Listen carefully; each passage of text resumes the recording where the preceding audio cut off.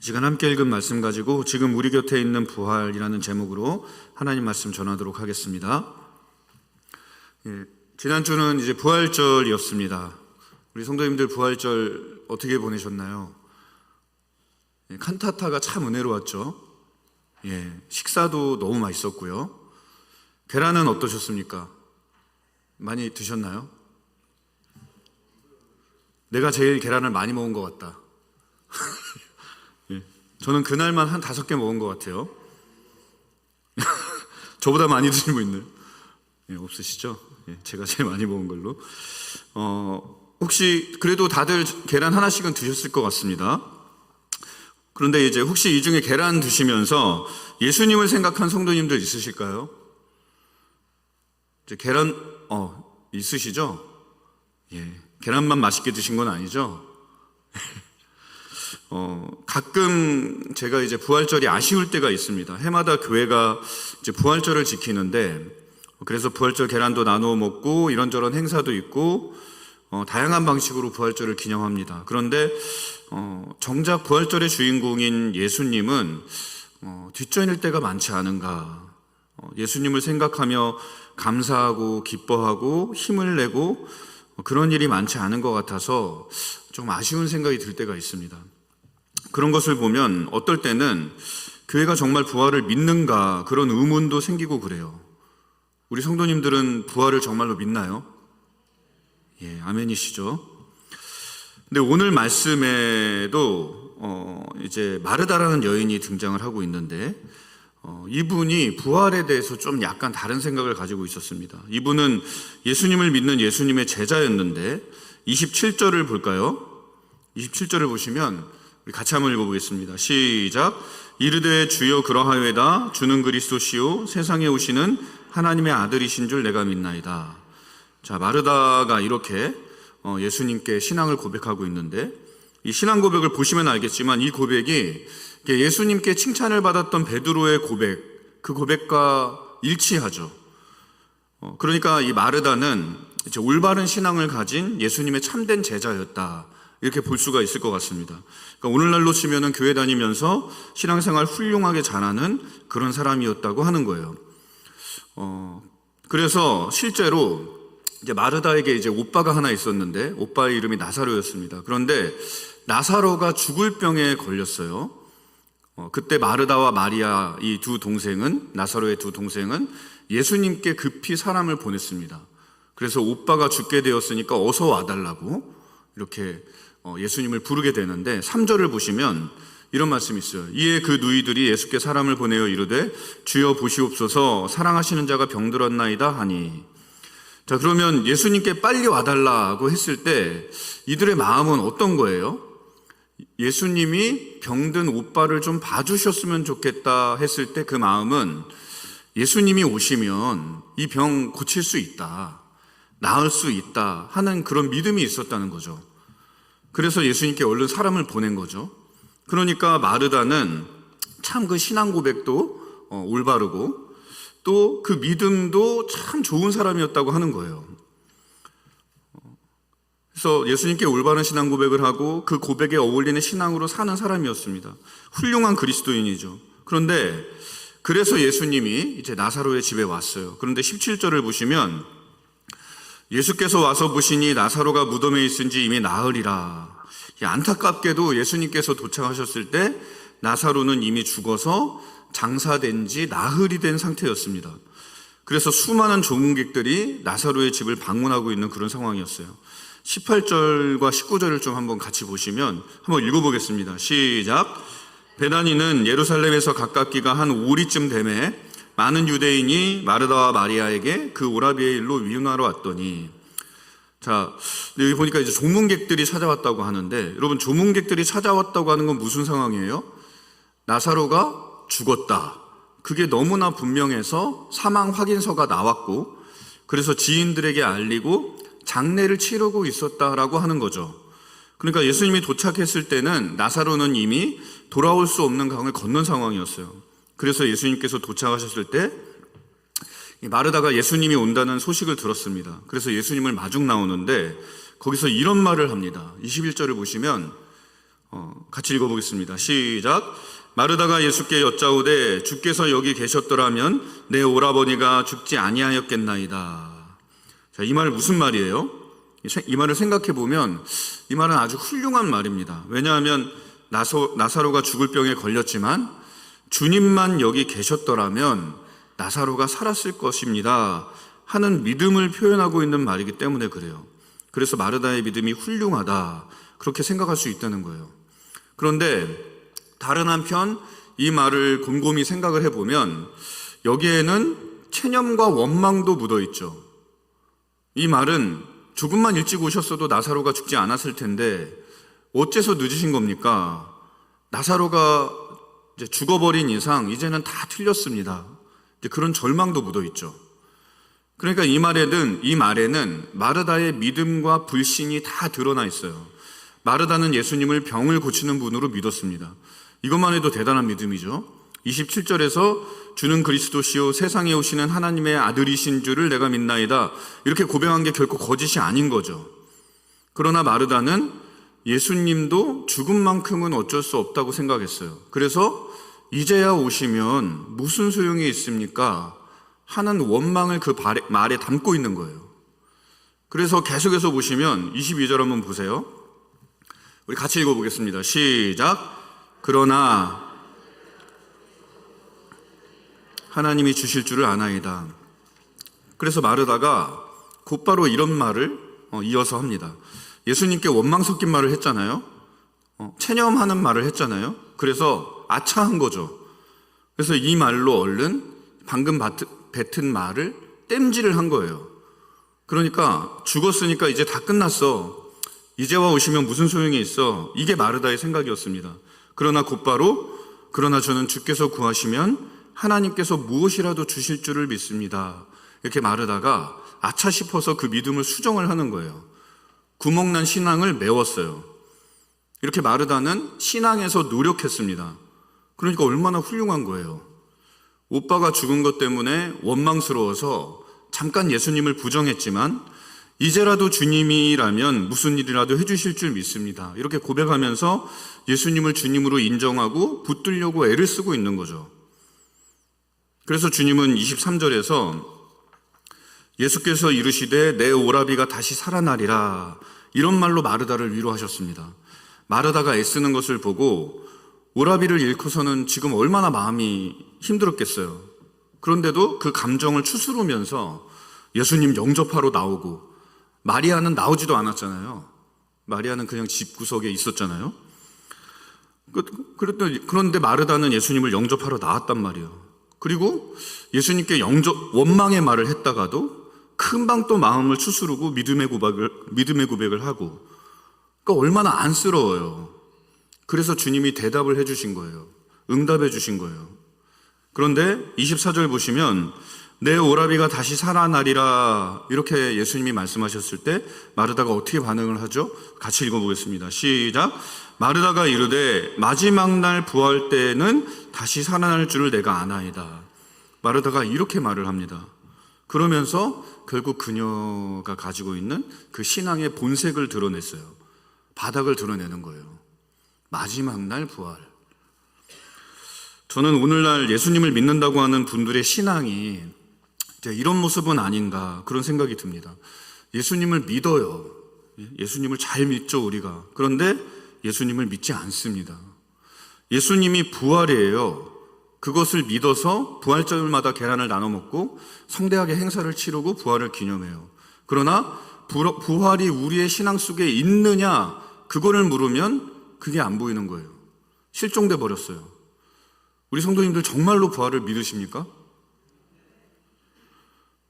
부활을 믿는다고 하면서 마르다처럼 부활 신앙을 지금 여기에 두는 게 아니라 먼 훗날의 일로 미뤄두고 사는 것은 아닌가요? 마르다는 부활을 믿는다고 했습니다. 예수님의 질문에 네, 믿습니다 대답했어요. 그런데 마르다의 부활 신앙은 저 멀리 있었어요. 먼 미래에 있었어요. 언젠가 부활할 것을 믿습니다. 그게 마르다의 부활 신앙이었습니다. 그런데 우리도 그런 게 아니냐는 거죠. 우리도 부활절마다 주님의 질문을 받습니다. 너는 부활을 믿느냐? 그때마다 우리는 어떤 대답을 하고 있어요? 정말 예수님이 지금 당장 여기에서 우리에게 부활이요 생명임을 믿고 있습니까? 아니면 부활절은 즐기면서 부활신앙은 뒤로 한 채 부활도 없고 생명도 없는 그런 삶을 살고 있는 건 아닌가? 25절과 26절을 한번 보십시오. 같이 읽어보겠습니다. 시작. 예수께서 이르시되 나는 부활이요 생명이니 나를 믿는 자는 죽어도 살겠고 무릇 살아서 나를 믿는 자는 영원히 죽지 아니하리니 이것을 내가 믿느냐. 우리가 이 질문에 분명하게 대답할 수 있어야 합니다. 여러분, 부활은 먼 미래에 일어날 어떤 사건이 아니에요. 예수님이 바로 부활이고 생명이십니다. 그래서 예수님을 믿으면 죽어도 살아요. 그리고 살아서 믿는 자는 영원히 죽지 않습니다. 바로 지금 여기 우리 삶 속에서 그런 일이 일어나요. 이것을 우리가 믿어야 됩니다. 그런데 우리 신앙은 어때요? 삶 속에서 우리 믿음이 얼마나 초라한지, 얼마나 내용 없는지 텅 빈 것처럼 볼품없는 게 그게 우리 믿음의 정체 아닌가요? 실제로 그게 수시로 막 들춰지잖아요. 주님이 평안을 주노라 하면 아멘 하고 받는데 예배당을 나서면 어때요? 금세 평안이 없어서 불안해하고 평화가 없어서 다투고 능력이 없어서 무기력한 삶을 살고 지혜가 없어서 어리석은 인생을 삽니다. 이러면 그 믿음이 제대로 된 것이라고 할 수 있습니까? 주는 그리스도시요 살아계신 하나님의 아들이십니다. 제대로 된 신앙 고백을 드렸어도 우리의 신앙이 온전하지 않을 수 있습니다. 그래서 우리도 믿으려고 노력을 하잖아요. 막 여러 모양으로. 예?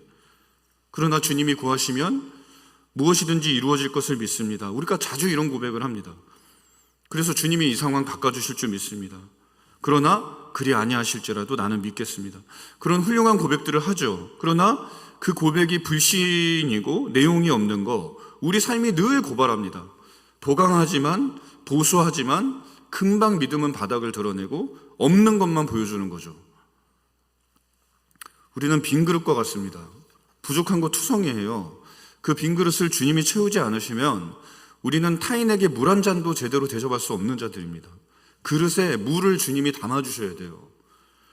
우리는 스스로 신앙할 수 없는 사람입니다. 그래서 주님이 우리 신앙의 내용이 되어주시지 않으면 아무것도 할 수 없는 것이 우리 믿음의 실상입니다. 우리 믿음은 아직도 가야 할 길이 많이 남아 있습니다. 그래서 주님이 우리 신앙의 인도자가 되어주시지 않으면 얼마든지 길을 잃고 좌초할 수 있는 것이 우리 믿음의 현실이에요. 그러므로 우리는 이렇게 기도할 수 있어야 됩니다. 주여, 제가 믿나이다. 나의 믿음 없음을 도와주소서. 그렇게 기도할 때 주님이 그래서 나사로를 다시 살려주신 거예요. 마르다의 믿음을 도우시려고. 그분이 바로 지금 여기서 부활이고 생명임을 보여주시기 위해서 나사로를 다시 살리셨습니다. 주님은 나사로의 육체를 살리셨어요. 주님은 나사로의 영혼도 살리셨습니다. 예수님은 부활이요 생명이셨습니다. 그래서 죽은 지 나흘이 된 육체를 다시 살리셨는데, 나흘이 됐으면 이렇게 썩고 있을 거 아니에요? 그런 육체를 다시 살리셨어요. 그런데 다시 되살아난 나사로는 여전히 우리가 알고 사랑하던 그 나사로였다고 하는 거예요. 이게 중요합니다. 여러분, 스티븐 킹이라고 공포소설의 대가가 있어요. 이분이 쓴 소설 중에 공포의 묘지라는 소설이 있는데, 이제 이게 영화로도 만들어졌는데, 이겁니다. 이 영화인데, 근데 그 내용이 뭐냐면 어떤 곳에 한 가족이 이사를 와요. 그런데 그 지역에는 죽은 시신을 묻으면 죽은 자가 다시 살아 돌아오는 묘지가 있다는 거예요. 지역마다 그 지역의 전설이 있잖아요. 근데 이사 간 그 지역에 인디언들 사이에서 떠도는 전설이 그런 거였어요. 그래서 그 묘지에 죽은 고양이를 묻으면 고양이가 다시 살아 돌아온다는 거예요. 아까 그 고양이가 그 고양이에요. 그런데 이제 이사 와서 그런 소문이 있나 보다 하고 살다가 그 가족이 애지중지하는 딸이 차 사고를 당해서 죽는 일이 생겼어요. 그래서 이 아이의 아버지가 완전히 정신이 나갔습니다. 그래서 막 슬퍼하고 막 가슴 아파하다가 이 전설이 생각난 거예요. 그래서 그 묘지를 찾아가서 딸을 거기 묻었는데 이 딸이 그날 밤에 집으로 돌아왔어요. 살아서. 얼마나 기뻐요? 그런데 그래서 이 딸하고 같이 사는데 뭔가 얘가 내 딸 같지가 않은 거예요. 어딘가가 달라. 이상해요. 그래서 딸을 의심하기 시작하는데 이 딸이 점점 정체를 드러내는데 알고 보니 딸이 아니고 뭔가 다른 무언가였던 거죠. 그래서 이 딸이 그 가족을 다 죽여요. 그런 소설이에요. 영화로도 만들어진. 무섭죠? 집에 가서 못 주무시는 거 아니에요? 그런데 이게 그냥 무섭다고 넘어갈 내용이 아니에요. 이 영화는 이런 질문을 던지는 거예요. 죽음에서 돌아온 나사로가 그 나사로인가? 그걸 묻는 거예요. 누가 죽었는데 다시 살아났어요. 근데 그 사람이 원래 그 사람일 수 있냐고 하는 거예요. 그런데 나사로가 예수님께서 나사로야 나오너라 했을 때 무덤에서 나왔는데 다시 살아난 나사로는 예수님과 그 여동생들 마르다와 마리아가 사랑했던, 그리고 조문객들이 사랑했던 그 나사로였습니다. 이 말은 무슨 뜻일까요? 여러분, 육신이 죽으면 영혼은 어떻게 되나요? 그거 아는 사람이 있어요? 없어요. 영혼은 안 보이니까. 영혼이 있는지도 사실 우리가 잘 모르죠. 그래서 죽으면 사람이 어떻게 되는지, 단지 사람들은 어떤 사람이 죽으면 이런 말로 그 죽음을 표현하는 거예요. 영혼이 떠났다거나, 영혼이 잔다거나, 영혼이 소멸했다거나, 이런 말로 죽음을 설명하려고 해요. 확실하지도 않으면서. 사실 그것도 확인할 방법이 없죠, 우리는. 그냥 믿을 뿐이죠. 그런데 예수님께서 나사로를 다시 살리셨어요. 그런데 그 나사로는 이전에 그 나사로였습니다. 이건 무슨 뜻이에요? 육체를 살리신 그 주님이 그 영혼까지도 살리신다는 거예요. 영혼이 잠들었다면 다시 깨우신 것이고, 영혼이 멀리 떠났다면 이를 다시 불러오신 것이고, 영혼이 소멸되었다고 하면 그러면 더 놀라워지죠. 그거는 소멸된 영혼을 재구성했다는 건데, 그러면 예수님은 영혼의 창조자라는 뜻이잖아요. 그것도 정확하게 나사로 본래의 영혼으로 재창조했다는 건데, 그러니까 나사로가 살아났다고 하는 것은 어떤 측면에서 설명해도 그 설명이 하나로 귀결됩니다. 주님은 영혼과 육체의 주관자시라는 거예요. 예수님 그분이 부활이요 생명입니다. 왜 부활입니까? 죽어도 산다는 거예요. 왜 생명이에요? 영혼이 산다는 겁니다. 이것을 주님이 나사로를 통해서 보여주셨어요. 그리고 바로 그래서 주님은 십자가에서 죽으시고 다시 부활하셨습니다. 그분이 부활이시기 때문에 부활하셨습니다. 그래서 예수님이 부활하셨다라고 할 때 교회는 예수님을 하나님이 살리셨다고 표현하기도 하지만 예수님께서 스스로 부활하셨다라고 말하기도 합니다. 그분이 부활이시기 때문에, 생명이시기 때문에 사망 가운데서 스스로 일어나셨습니다. 사망은 주님을 이길 수가 없었습니다. 생명을 삼킬 수가 없었어요. 그리고 같은 이유로 그분께 생명을 받은 우리도 사망을 삼키고 이겨낼 것입니다. 그래서 바울 사도가 이 사실을 이렇게 표현했어요. 고린도전서 15장 53절과 54절 보시면 우리 같이 한번 읽어보겠습니다. 시작. 이 썩을 것이 반드시 썩지 아니할 것을 입겠고 이 죽을 것이 죽지 아니함을 입으리로다. 이 썩을 것이 썩지 아니함을 입고 이 죽을 것이 죽지 아니함을 입을 때에는 사망을 삼키고 이기리라고 기록된 말씀이 이루어지리라. 사도 바울은 생명이 사망을 삼키고 이기리라, 이렇게 이 믿음을 고백했습니다. 생명이 사망을 삼킨다. 이거는 생명이 사망과 싸워서 이겼다는 말이 아니에요. 말 그대로 생명이 사망을 삼켰다는 거예요. 무슨 말이에요? 사망이 생명의 밥이 된다는 거죠. 밥. 먹었다는 거잖아요. 우리는 누구나 죽음을 경험합니다. 그런데 조금만 경험해봐도 아는 것은 죽음이 삶을 삼켜버린다는 거예요. 몸이 조금만 아파보세요. 삶은 그냥 삭제돼요. 삶 전체를 그 아픔이 삼켜버려요. 그렇지 않습니까? 그래서 눈에 넣어도 안 아플 자녀들인데 내가 몸이 아프면 다 귀찮아져요. 삶이 다 망가지잖아요. 죽음이 그렇게 삶을 꿀꺽 삼켜버려요.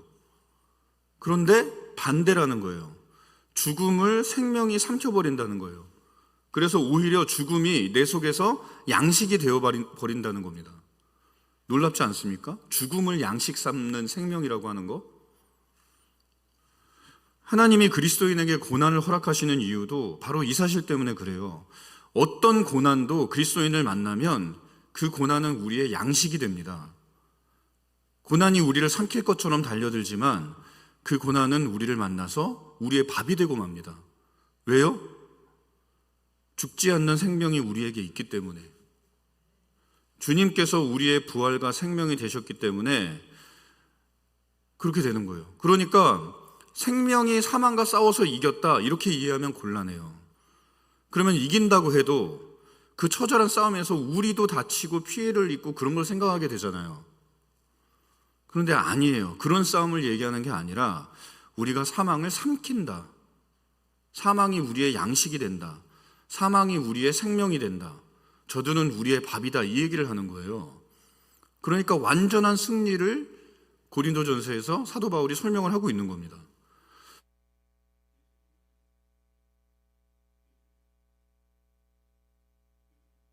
짧은 공생의 기간 동안에 내내 이 죽음들을 끌어안았습니다.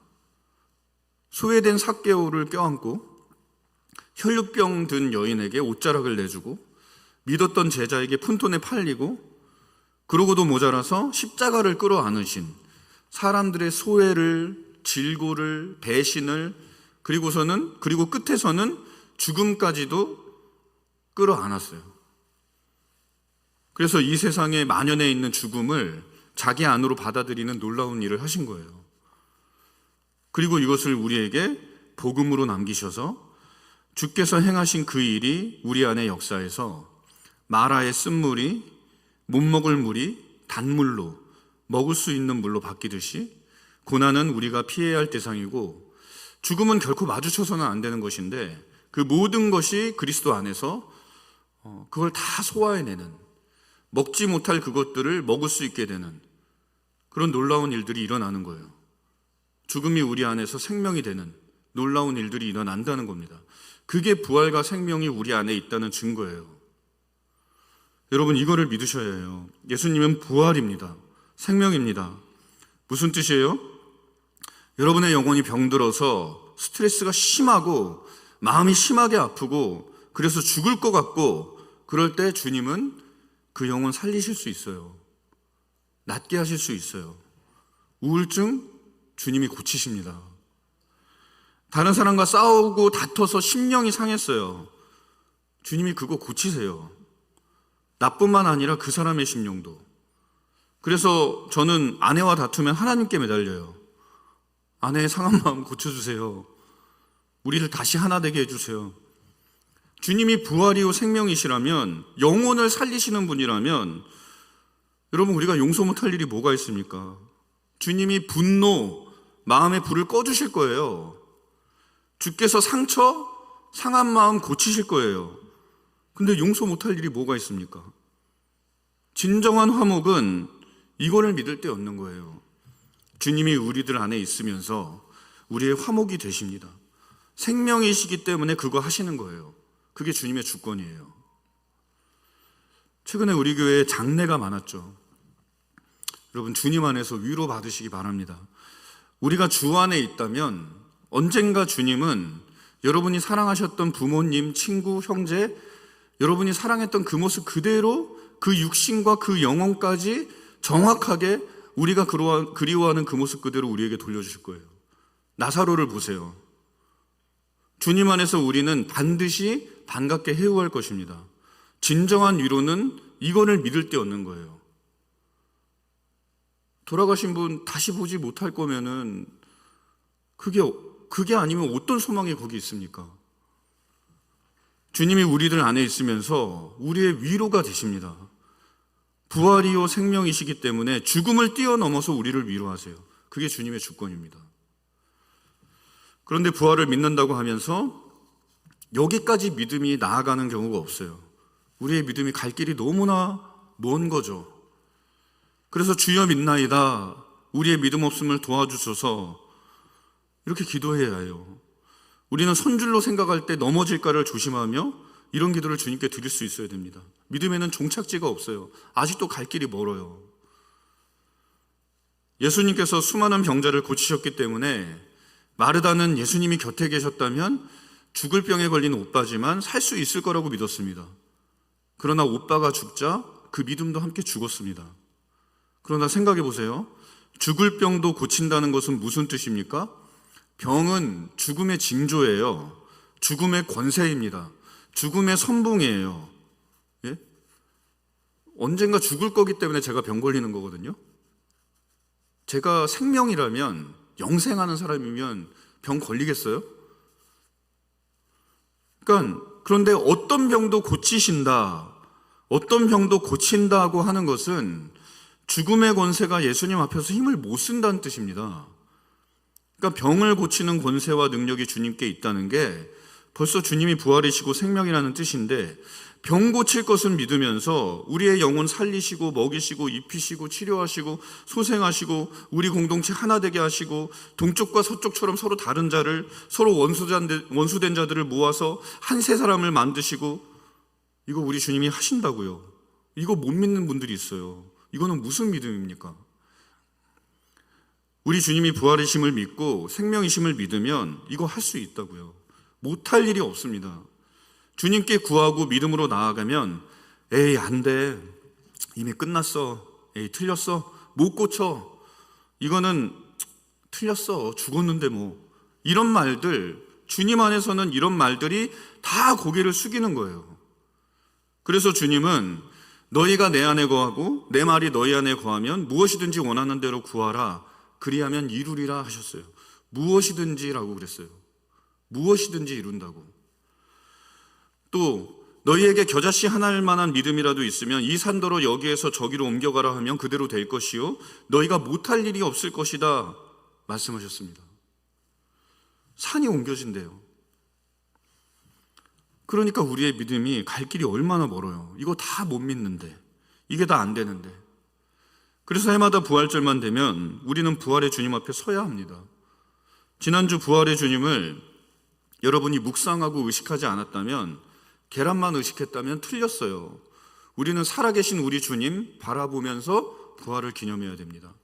그거를 못했다면 여러분, 지금이라도 주님을 바라보세요. 그리고 주님을 묵상하세요. 주님을 의지하시기 바랍니다. 그러면 마르다의 믿음을 주님이 도우신 것처럼 우리의 부족한 믿음을 주님이 도우실 겁니다. 그래서 믿음으로 세상을 이기고 살도록 우리를 능력의 자리로 올려주실 거예요. 여러분이 부활의 주님, 우리 예수님을 생각하면 그 일이 여러분 삶 속에 일어날 것입니다. 여러분, 저는 우리 성도님들이 그런 믿음의 사람으로 함께 자라게 되기를 바랍니다. 우리 교회가 그렇게 계속해서 믿음에서 성장하는 그런 교회가 되었으면 좋겠습니다. 그러자면 함께 예수 그리스도를 바라봐야 됩니다.